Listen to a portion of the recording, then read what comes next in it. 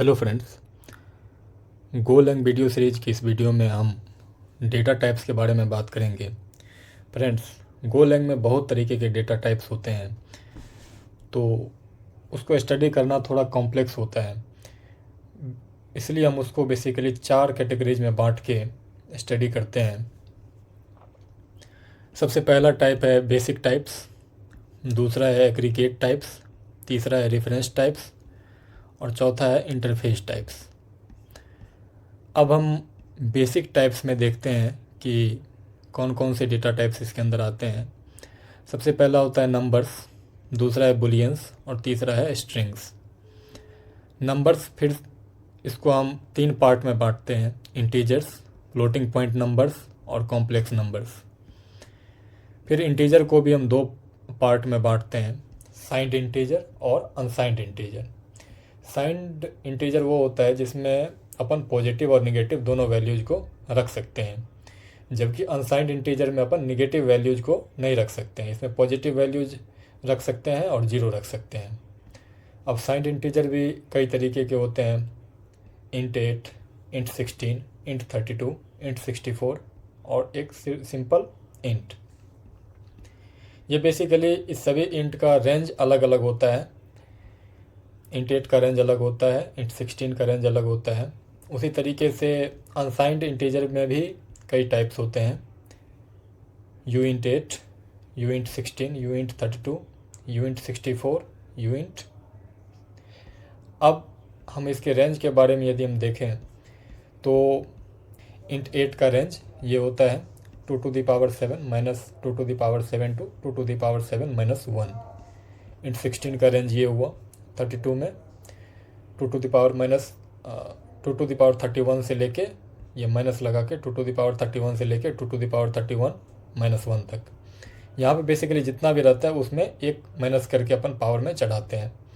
तो ये हो गया इंट के केस में। लेकिन जब हम अनसाइंड इंट के केस में देखते हैं तो उस केस में जो ये रेंज होता है 0 से शुरू होता है और जो भी यहाँ पे रहता है वो पावर में अपन चढ़ाते हैं। तो ये बेसिकली रेंज की बात हो गई। अब फिर अपन यहाँ पे आते हैं फ्लोटिंग पॉइंट नंबर्स की बात करें तो ये भी 2 तरीके के होते हैं: फ्लोट 32 और फ्लोट 64। फ्लोटिंग पॉइंट नंबर्स में बेसिकली अपन डेसिमल वैल्यूज़ को स्टोर करते हैं।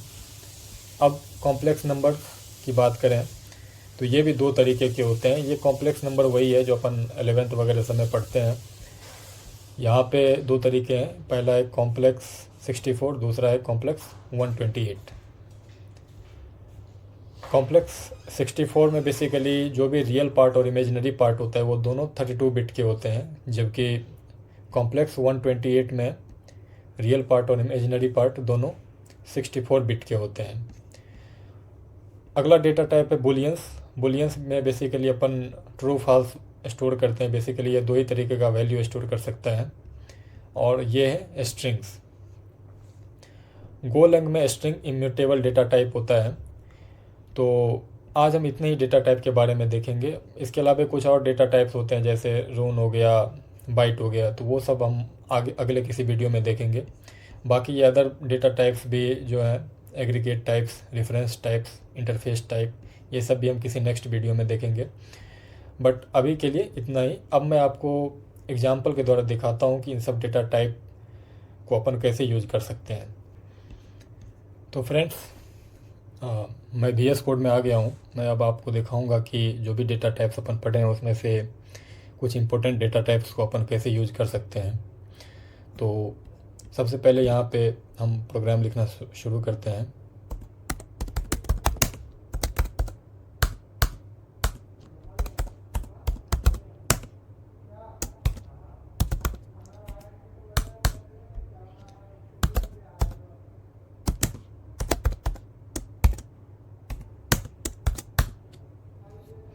यहाँ पे हम एक वेरिएबल बनाते हैं x नाम का, और यहाँ पे उसका डेटा टाइप हमें देना होगा। तो सबसे पहले हम int 8 से शुरू करते हैं। इसका डेटा टाइप हम int 8 रखते हैं और इसके वैल्यू में हम 5 स्टोर करते हैं। गोलैंग में क्या होता है कि कोई भी वेरिएबल जब हम बनाते हैं तो उसका यूज करना ज़रूरी होता है, इसीलिए अभी ये एरर दे रहे हैं। FMT में भी ये इसलिए अभी ये रेड दिखा रहा है, जब हम इसका यूज करेंगे तो ये रेड अपने आप ही हट जाएगा। तो हम प्रिंट करते हैं FMT डॉट प्रिंट ln। यहाँ पे जब हम x प्रिंट करते हैं तो आप देख सकते हैं दोनों रेड अपने आप ही हट गए हैं। अब इसको रन करने के लिए हमें कमांड चलाना होगा, गो रन टेस्ट, जो भी फाइल का नाम हो। जैसे ही हम चलाते हैं तो देख सकते हैं कि ये फाइल प्रिंट कर दिया है। अब मान लीजिए हमें इस x का डेटा टाइप प्रिंट करना है, तो इसके लिए हमारे पास दो तरीके हैं। पहला तरीका ये है कि हम प्रिंट f का यूज करें प्रिंट ln की जगह पे। आप देख सकते हैं दूसरा रिकमेंडेशन उसी का है, प्रिंट f। यहाँ पे सबसे पहले हमें %t डालना होगा और फिर डेटा का जो वेरिएबल है वो देना होगा। तो हम x लिख देते हैं। अब जब हम इस कोड को रन करेंगे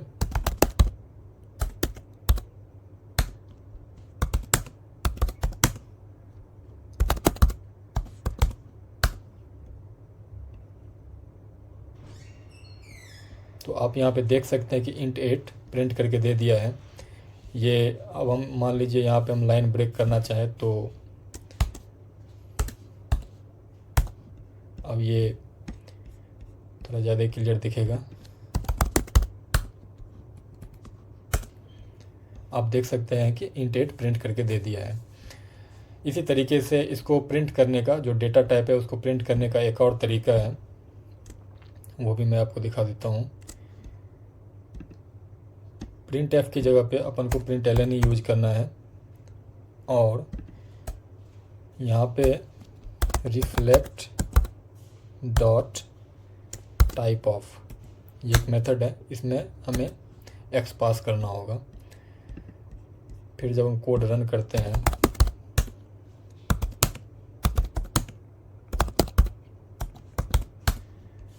तो आप देख सकते हैं कि फिर से int 8 प्रिंट करके दे दिया है। यहाँ पे अब मान लीजिए यदि हम 16 रखते हैं और फिर से जब हम कोड रन करते हैं देख सकते हैं कि 16 प्रिंट करके दे दिया है। इंट के केस में आप यहाँ पे सिंपल इंट भी लिख सकते हैं। अब जब हम सिंपल इंट रखते हैं फिर देखते हैं इसको रन करके तो देख सकते हैं यहाँ पे इंट प्रिंट कर दिया है। लेकिन अभी जैसे मान लीजिए इसमें हम -5 स्टोर करना चाहें तो ये -5 भी स्टोर कर सकता है। देख सकते हैं -5 भी स्टोर कर दिया है। लेकिन यदि यहीं पे हम अनसाइंड इंट का यूज करें तो ये वार्निंग देने लगता है, can not use -5 untyped int constant as uint value in variable declaration. तो यहाँ पे सिर्फ और सिर्फ हम नॉन नेगेटिव वैल्यूज को ही रख सकते हैं। एक बार हम इसके डेटा टाइप को भी प्रिंट करके देखते हैं। आप देख सकते हैं कि यू इंट भी प्रिंट कर दिया है। एक और चीज़ काफ़ी इम्पोर्टेंट है, यदि यहाँ पे मान लीजिए हम फ्लोट वैल्यू रखते हैं तो फ्लोट में हमारे पास दो ही ऑप्शन होता है, फ्लोट 32 और 64। तो एक बार हम इसके डेटा टाइप को भी प्रिंट करके देखते हैं तो आप देख सकते हैं डेटा टाइप में फ्लोट 32 प्रिंट हो गया है। गोलैंग में आप हमेशा एक बात ध्यान रखेंगे कि आप नॉर्मल फ्लोट का यूज नहीं कर सकते। यहाँ पे ये अनडिक्लेयर्ड नेम दिखाना शुरू कर देता है। बेसिकली ये आपको मेंशन करना होगा कि आप 32 यूज कर रहे हैं या 64। तो अभी मैं एक बार 64 भी यूज करके उसका डेटा टाइप प्रिंट करता हूँ।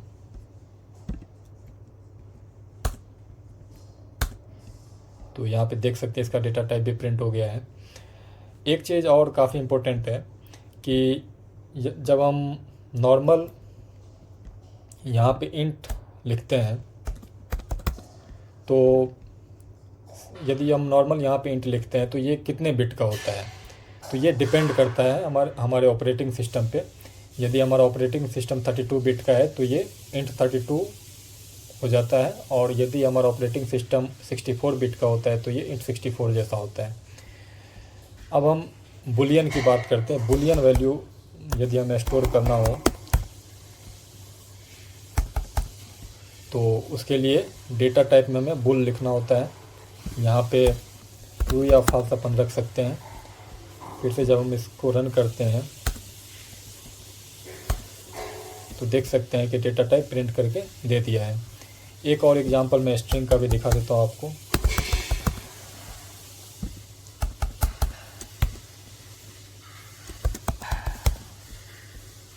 जब हम इस कोड को रन करते हैं तो देख सकते हैं कि स्ट्रिंग डेटा टाइप भी शो कर दिया है। तो अब आई होप कि आप बेसिक अंडरस्टैंडिंग आपको मिल गई होगी। नेक्स्ट रेस्ट जो भी डेटा टाइप्स है उसके बारे में हम अगले किसी वीडियो में बात करेंगे। आज की इस वीडियो में इतना ही। थैंक्स।